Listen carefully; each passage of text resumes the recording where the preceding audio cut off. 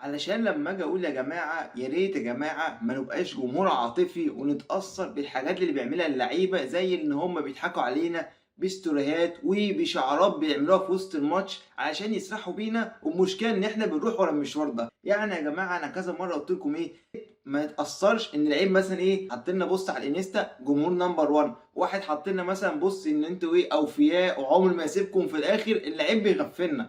الخبر اللي معانا دلوقتي بياكد كلام يا جماعه ان احنا يا ريت نبطل ان احنا نتعاطف مع اللعيبه زياده عن اللزوم. يعني يا جماعه لحد دلوقتي احنا جمهور عاطفي وبيتاثر باتفه حاجات، عكس جماهير النادي الاهلي. مش عايزين اللعيب اللي يطلع يعمل لك شعارات وانا بحب نادي ومش بحب نادي. معانا دلوقتي يا جماعه خبر بياكد كلام اللي انا قلت لكم في الفيديو اللي فات بالظبط، ان فتوح بنسبه كبيره هيروح الاهلي. وطلع امبارح محمد سليمان مع اسلام صادي بياكد الكلام اللي انا قلته، قال لك السبب اللي هيخلي فتوح يروح الاهلي وهو السبب الوكلاء اللي مرتضى منصور جابهم، وكان مصر ان هو يتعامل مع وكلاء معينين. احمد سليمان طلع قال لك الوكيل بتاع فتوح وبيماطل معانا وعمال يودينا يمين وشمال ومش مرتاح له. احمد سليمان اهو يا جماعه طلع قال لك انا مش مرتاح وانا بتكلم معاه، حاسس ان هو عايز يمشي فتوح على طريق مؤمن زكريا، على طريق امام عاشور، على طريق كهربا. يقول لك ان هو نفس الوكيل، ما فرقناش حاجه. يقول لك وده كمان مش غلطه مننا ولا غلطه من اللعيب، لا ده غلطه من المجلس السابق، غلطه من امين مرتضى منصور ومرتضى منصور، ان هم كانوا بيخلوا كل اللعيبه تيجي تبع وكلاء معينه، هو احمد يحيى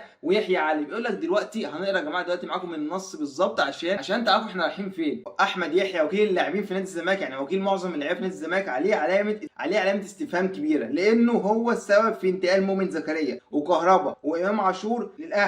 وبيقول لك المشكله الكبيره في الموضوع ده كله ان هو الاداره القديمه كان شايفه اللي بيعمله وسايباه ومكمله، معنى كده ان هي موافقه على اللي بيعمله وعاجبها ومش فارق معاها اي حاجه. عشان هي لو كان فارق معاها كان من اول لقطه بتاعت مؤمن زكريا كانت تلغي معاه، مش مشكله مؤمن زكريا. حوار كهربا المفروض بعد حوار كهربا ده تقفل معاهم، لا يا عم نعدي يا عم، مش نقول يا عم مش مشكله يا عم، ما تكبرش الموضوع. اللعيب كده كده اتحكم عليه بغرامه والزمالك ليه 2.5 مليون دولار، فبرضه اللي هو عرفنا ناخد حقنا. امام عاشور برضه عمل اللقطه دي مع امام عاشور وعمل الكوبري برضه من الدنمارك، ومشكله ان مرتضى منصور وامير كانوا مكملين معاه، اللي هو مش مشكله نغفل مره واثنين وثلاثه، المهم المصلحه تكمل. احمد سليمان طلع ياكد ان احمد يحيى بيماطل، عمال يحاول يكسب وقت علشان يخلي اللعيب ما يمضيش لحد يناير اللي جاي، فبعد ما يوصل للهدف بتاعه يبقى سهل بسيط جدا ان اللعيب ينتقل للاهلي، وحقه ان هو يمضي للاهلي عشان ساعتها يبقى عقده في 6 شهور بس. وحسب القانون ان اللعيب ليه حق ان هو يمضي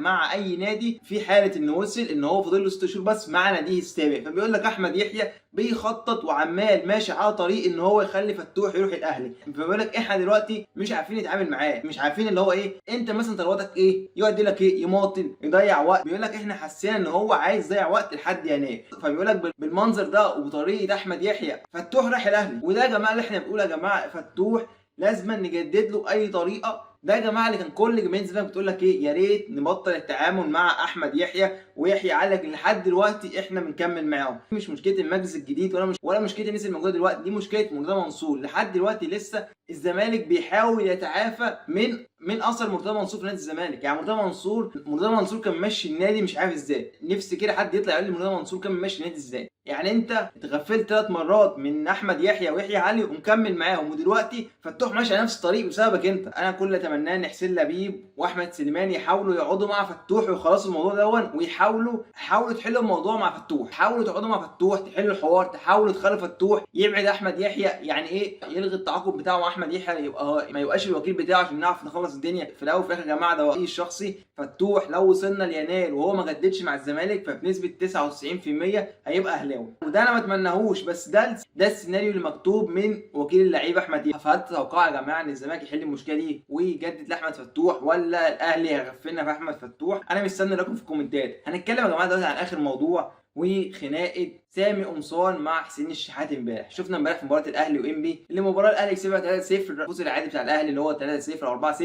شفنا حصلت لقطه كده في خروج حسين الشحات، في فيديو اتسرب له ان هو كان بيزعق مع سامي قمصان، كان في خناقه، كان في حاجه زي كده. وطلع يا جماعه مصادر من النادي الاهلي بتقول لك الحوار ده كله ليه. ملخص الموضوع كله عشان هو موضوع صغير جدا، بيقول لك هو حسين الشحات وهو بيتبدل خلاص خارج، انت تبديل دلوقتي وتمشي. بيقول لك ان حسين الشحات كان ماشي اللي هو كان طالع براحته مش مستعجل وكل حاجه، والحكم كان عمال يقول له ايه اطلع من اقرب نقطه في الملعب، لكن حسين الشحات اصر ان هو يطلع ايه من مكان التبديل العادي وكل حاجه. فسامي قمصان كان بيقول له اطلع من اقرب نقطه، ما تحاولش تشد مع الحكم عشان انت عندك انذار، فممكن الحكم يديك الانذار الثاني وتطرد او ممكن يعمل اي حاجه. فهو حسين قمصان كان بيقول له ايه انجز يا حسين. فهو حسين بيقول له انا عملت ايه يعني، انا خارج عادي، هو انا عملت حاجه غلط؟ فهو بس ده كان كل الحوار، ده كل الحوار يا جماعه. حسين الشحات كان طالع وما رضيش يسمع كلام الحكم ان هو يخرج من اقرب نقطه، واصر ان هو يخرج من المكان الطبيعي بتاع التبديلات. وسامي قمصان كان بيقول له بس انجز عشان خايف عليك يا تاخد انذار تاني وتطرد او تتوقف الماتش اللي جاي، فمش عايزين اي حاجه. بيقول انا ما عملتش حاجه تستاهل ان اخد انذار وكده،